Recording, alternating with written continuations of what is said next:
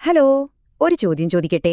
പലിശയേ ഇല്ലാത്തൊരു സാമ്പത്തിക ലോകം അത് സാധ്യമാണോ? കേൾക്കുമ്പോൾ ഒരുപക്ഷേ അസാധ്യമെന്ന് തോന്നാം, അല്ലേ? പക്ഷേ ലോകമെമ്പാടും വളർന്നുകൊണ്ടിരിക്കുന്ന ഇസ്ലാമിക് ഫിനാൻസ് എന്ന വലിയൊരു സംവിധാനം പ്രവർത്തിക്കുന്നത് ഈയൊരു അടിസ്ഥാന തത്വത്തിലാണ്. അപ്പോൾ എന്താണിത്? നമുക്ക് നോക്കാം. അതെ, ഇതാണ് ഏറ്റവും പ്രധാനപ്പെട്ട ചോദ്യം. ബാങ്കുകളുടെ പ്രധാന വരുമാനം പലിശയാണെന്നാണ് നമ്മൾ പഠിച്ചിട്ടുള്ളത്. അപ്പോ പിന്നെ പലിശയില്ലെങ്കിൽ ഒരു ബാങ്കിന് എങ്ങനെ ലാഭമുണ്ടാക്കാൻ പറ്റും, എങ്ങനെ നിലനിൽക്കാൻ പറ്റും?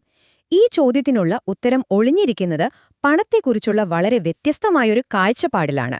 നമുക്കതൊന്ന് മനസ്സിലാക്കാൻ ശ്രമിക്കാം. അപ്പോൾ ഇതിന്റെ ഒരു ബേസിക് ഐഡിയ ഉണ്ടല്ലോ, അത് വളരെ സിമ്പിളാണ്. അതായത് പണം കടം കൊടുത്ത് അതിൽ നിന്ന് കൂടുതൽ പണം ഉണ്ടാക്കുക എന്ന പരിപാടിക്ക് പകരം ഇസ്ലാമിക് ഫിനാൻസ് ഫോക്കസ് ചെയ്യുന്നത് യഥാർത്ഥ സാധനങ്ങളുടെ, അതായത് ആസ്തികളുടെ കച്ചവടത്തിലാണ്. അതുപോലെ തന്നെ ഒരു ബിസിനസ്സിലെ ലാഭവും നഷ്ടവും ഒരുമിച്ച് പങ്കുവയ്ക്കുന്നതിലും. ശരി, അപ്പോൾ ഇത് എങ്ങനെയാണ് വർക്ക് ചെയ്യുന്നത്? അതിനായി ഇസ്ലാമിക് ബാങ്കുകൾക്ക് ചില പ്രത്യേക ടൂൾ കിറ്റുകളുണ്ടെന്ന് പറയാം. അതിൽ ആദ്യത്തേതാണ് വാങ്ങൽ വിൽക്കൽ കരാറുകൾ. ഇവിടെ ബാങ്ക് നിങ്ങൾക്ക് പണം തരുന്ന ഒരാളല്ല, മറിച്ച് നിങ്ങൾക്ക് വേണ്ടി ഒരു സാധനം വാങ്ങിത്തരുന്ന ഒരു കച്ചവടക്കാരനെ പോലെയാണ് പ്രവർത്തിക്കുന്നത്. ഈ രീതിയിൽ ഏറ്റവും പോപ്പുലറായ ഒന്നാണ് മുറാബഹ. ഇതിന്റെ ഏറ്റവും വലിയൊരു ഗുണമെന്താണെന്ന് വെച്ചാൽ ട്രാൻസ്പെറൻസിയാണ്. അതായത് ബാങ്ക് ഒരു സാധനം എത്ര രൂപയ്ക്ക് വാങ്ങി അതിന്റെ മുകളിൽ എത്ര രൂപ ലാഭമെടുത്താണ് നിങ്ങൾക്ക് വിൽക്കുന്നത് എന്ന് നിങ്ങൾക്ക് കൃത്യമായി അറിയാൻ പറ്റും. അവിടെ ഒരു മറച്ചുവെക്കലുമില്ല. ഈ ചിത്രം കണ്ട സംഭവം പെട്ടെന്ന് മനസ്സിലാകും. ഒന്ന് ആലോചിച്ചു നോക്കൂ. ബാങ്ക് ഒരു കടം തരുന്ന ആളല്ല, പകരം നിങ്ങൾക്കൊരു പേഴ്സണൽ ഷോപ്പർ ഉണ്ടെന്ന് വിചാരിക്കുക. നിങ്ങൾക്കൊരു സാധനം വേണമെന്ന് പറയുമ്പോൾ അവർ കടയിൽ പോയി അത് വാങ്ങി അവരുടെ സർവീസ് ചാർജ് അഥവാ ലാഭം കൂടി ചേർത്ത് നിങ്ങൾക്ക് തരുന്നു. ഏകദേശം അതുപോലെയൊരു സംവിധാനമാണ് മുറാബഹ. അപ്പോൾ ഇതിന്റെ സ്റ്റെപ്പുകൾ എങ്ങനെയാണെന്ന് നോക്കാം. ആദ്യം നിങ്ങൾ ബാങ്കിനൊരു ഉറപ്പ് കൊടുക്കുന്നു.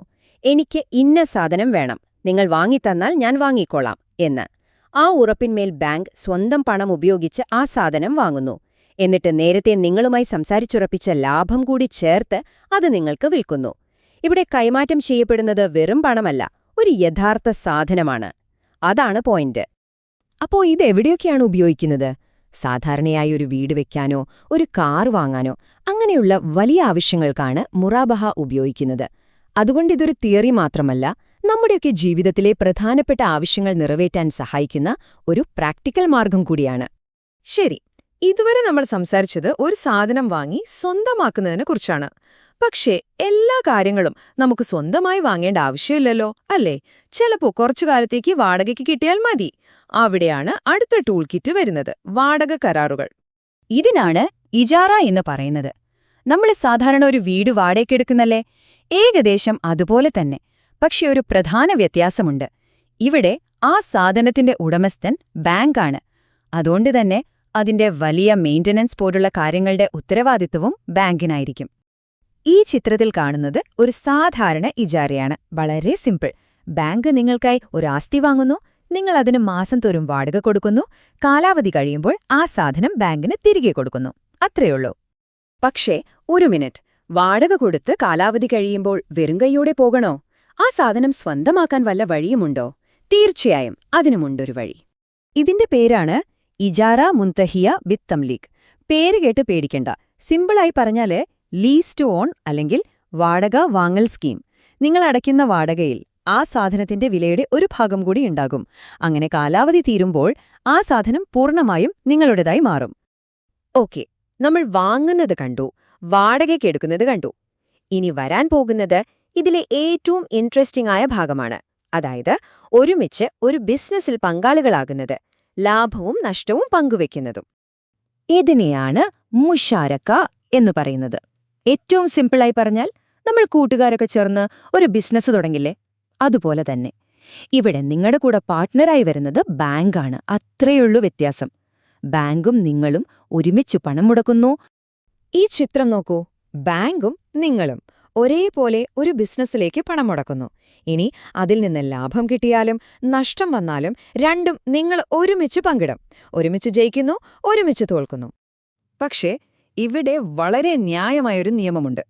ലാഭം നിങ്ങൾക്ക് എന്തനുപാതത്തിൽ വേണമെങ്കിലും പങ്കുവെക്കാം. അത് തുടക്കത്തിലേ അങ്ങ് തീരുമാനിച്ചാൽ മതി. പക്ഷേ നഷ്ടം വന്നാലോ? അത് പറ്റില്ല. നഷ്ടം എപ്പോഴും ഓരോരുത്തരും മുടക്കിയ പണത്തിന്റെ കണക്കനുസരിച്ച് തന്നെ പങ്കിടണം. എത്ര പണം മുടക്കിയോ അത്രയും റിസ്ക്. ഇനി പങ്കാളിത്തത്തിന്റെ മറ്റൊരു മോഡലുണ്ട്, മുദാരബ. ഇത് ഇന്നത്തെ കാലത്തെ വെഞ്ചർ ക്യാപിറ്റൽ ഫണ്ടിങ്ങിനോട് നല്ല സാമ്യമുണ്ട്. ഇവിടെ ഒരാൾ പണം കൊടുക്കുന്നു, അതായത് ബാങ്ക്. മറ്റേയാൾ, അതായത് നിങ്ങളുടെ കഴിവും അധ്വാനവും ഉപയോഗിച്ച് ആ ബിസിനസ് നടത്തുന്നു. ഈ ചിത്രം ശ്രദ്ധിച്ചാൽ വ്യത്യാസം മനസ്സിലാകും. മുഷാറക്കയിൽ രണ്ടുപേരും പണം മുടക്കിയിരുന്നു. പക്ഷേ ഇവിടെയോ പണം മുഴുവൻ വരുന്നത് ബാങ്കിൽ നിന്നാണ്. ഉപഭോക്താവായ മുദ്ദാരിബ് ഒരു രൂപ പോലും മുടക്കുന്നില്ല.